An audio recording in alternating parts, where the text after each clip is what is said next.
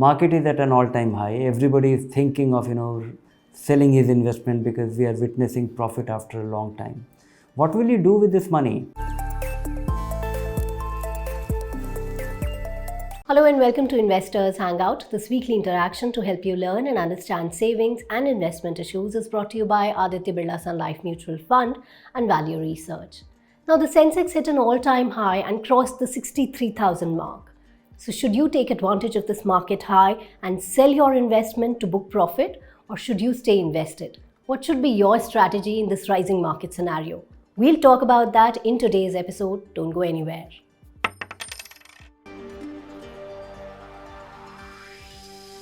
The state of the market should not govern your buying or selling decision, for the simple reason that we don't know. Markets are very erratic. Markets start going up and going up very dramatically when we least expect it. Likewise, markets fall when we least expect it. It will come as a surprise. The other is that, there is absolutely no pattern to markets going up or going down. If somebody says that, it happens like this, we have seen it in the past, there is no such pattern. You could be caught on the wrong foot more likely than being right. So the best way is that, have your plan. And then the market has actually become extremely volatile, very erratic. In recent years meaning, last decade or so, ever since the connectedness of the global market, every market is connected to each other far more strongly. And then the communication revolution, everybody gets to know everything so quickly that it reflects in the stock prices. So that is what makes markets even more erratic. That is why it becomes all the more difficult. Why you should not do this? Why you should not sell based on the market? Because of course it is erratic, you don't know. And the markets can start going up, can continue going up. We have seen it in 2003, the market was at an all-time low. After many decades, market was at close to 4,000 points in year 1992, reached a peak, and 10 years later, it was 1,000 points lower than that. So it looked as if, markets only go down, markets will never go up. And that was also the time when bond funds were generating substantial returns, double-digit returns. And that is when the market started going up. And it started going up, and next 4 years it never stopped. Went on from 2,800 to 3,000 to 4,000 to 5,000. And investors who sold initially, just because the money they doubled their money in 2 years' time, they thought that it is enough. It can't keep running like this.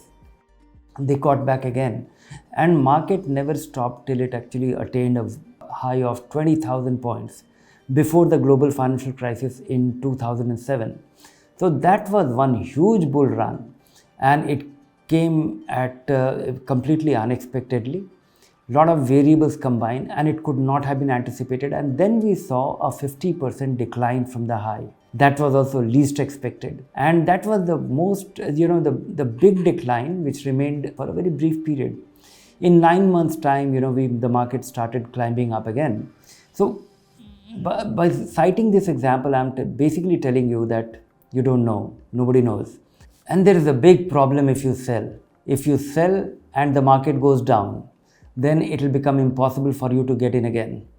And if you sell and the market goes further up, it will become impossible again for you to get in. So after you sell, market goes up or down, getting back to the market becomes impossible.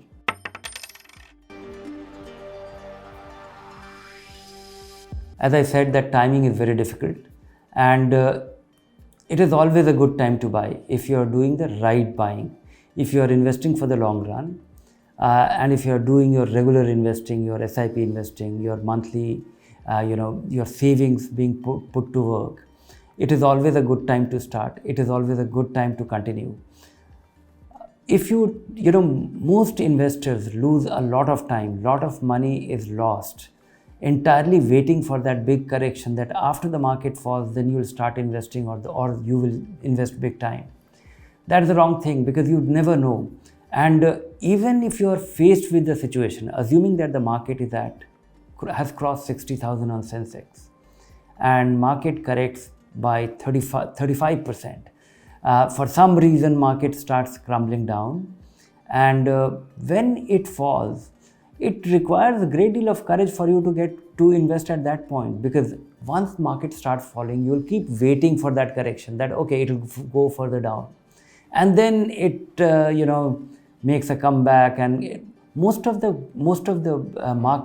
big market movement that I have seen, that market now goes up steadily and comes down very sharply, and the steady rise from the correction, that you will never be able to spot that okay, that was the bottom. Only after the market has gone up and you can only see it in the past, that was the bottom of the market, but not when you're at that particular point.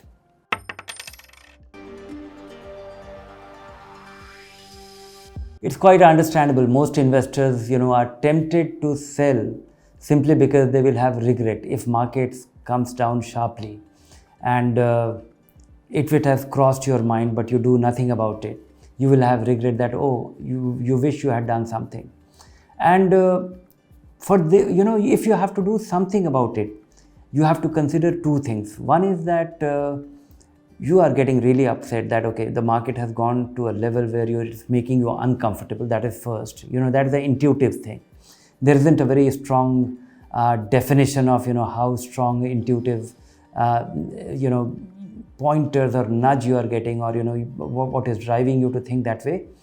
But most importantly, I think you should consider selling a part of it as per a plan. Develop a plan, but make sure that it is something meaningful. If you have done your 5,000 rupee SIP for the last 12 months, and this is your initial stage of your investing, don't bother about it. If you have been doing this for 10-15 years and your accumulation is something sizable, if it is something like 5 times your annual savings and investment, if that is the scale of your investment accumulation so far, then I think it is time to work on an asset allocation. You should decide that okay, 1/3 of your money or 25% of your money should be into fixed income, and that is something which you should go about executing methodically. If you 100% of your money is in equity, and you decide that okay, 25% of that must move into fixed income, do it at a rate of 5% every month over the next 5 months. The net result of this will be that in 5 months' time, you will have 25% into fixed income. If market keeps going up, you will not have any big regret. If market comes down, you will feel little happy that okay, you have initiated a plan that you will be able to protect a part of your capital, which will give you an opportunity to invest in equity if it comes down dramatically. And once you have done this initially, then you can stick to it, that if your 25% ever become 35%, you will act again. So it will bring in the kind of discipline in your investment, and it will also give you little pleasure and also enhance your return, because this will translate into buying more when market goes down, and selling equities when they go up.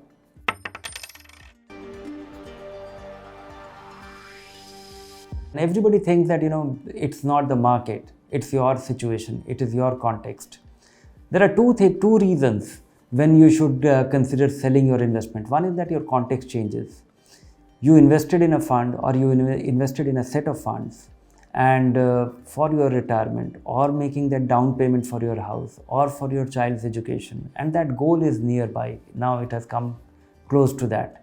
That is the time when you should plan your exit, you should plan your sell, because you can't wait for the last day.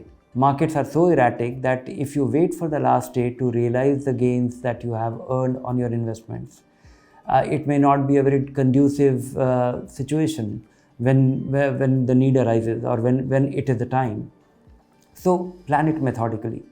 So if you are to be in equity and you are likely to need that money in next 1 year's time, start selling over the next 12 months. And just as you build your investment accumulation, Exactly the reverse of that should be done when you need the money, well before you actually need it. The second is that when you get evidence that your investment that you have made is now consistently not doing poorly. If the fund has stopped doing, you invest, you decide on a fund, you start making investment because it was good, and it's no longer good. No longer good needs to be defined that it is not doing as well as the peers, it is not doing as well as the index, and and this period could be anywhere between 1 to 3 years. If it is a relatively new fund, even 1 year is good enough for you to dump that fund. If the fund comes with a long history of great performance, maybe you can give it 3 years time. And many a times you need to give some fund time, because most funds don't do well all the time. Every fund has a bad patch, and that could be temporary. So once you get a conclusive, reasonable, signal that this fund is not doing well, it is not satisfying, it is not, it will not be a fund. If you have to choose a fund today, is good enough reason for you to decide that you should sell that fund. That is when you should sell your fund. That's all we have for you in today's episode. Now keep watching this space for more information. If you like the show, do subscribe to our YouTube channel. Take care. Bye for now.